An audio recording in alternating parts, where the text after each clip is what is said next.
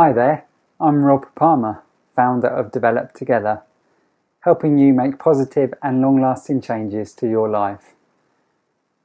In today's video, I'll be talking about sensing and intuition.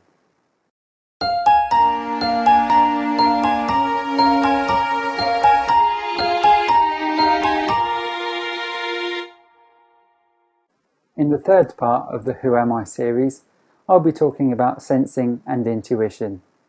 I'll talk about what these terms mean, how our preference for either one can affect our daily reactions, and how we can consider using the other method when it's needed. Sensing and intuition are the parts of our personality that determine how we process information. Someone who has a preference for sensing tends to live in the here and now. They use their five senses to deconstruct what's happening around them and then use this information to make a logical conclusion about how to respond. For instance, in an argument, a sensing person will take on board all the facts from the other person and also their own prior experience. They would then articulate their response based purely on this data.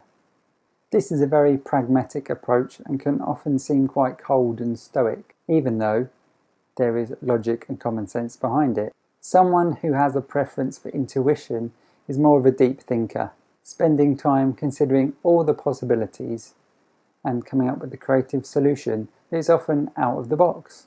In the same hypothetical argument, an intuitive person would spend a lot more time considering all the possible solutions and coming up with lots of different versions that might seem at odds with the facts, playing with many different scenarios and arguments before arriving at their endpoint.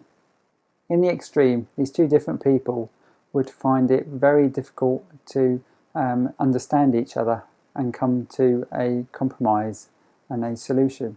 By recognizing our own preference for processing information, we can learn to understand and appreciate the viewpoints of other people. This will help us work towards a compromise using the strengths of each method.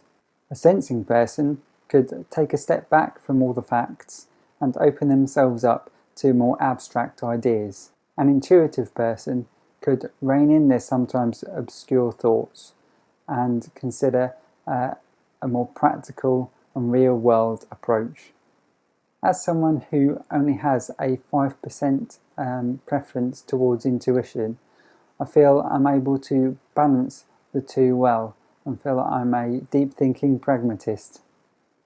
Learning to occasionally take a different approach will always lead to a greater ability to find solutions in difficult situations. Are you a logical planner or a creative dreamer? And have you tried to consider looking at things from a different perspective? Write and share in the boxes down there. And don't forget to like and subscribe.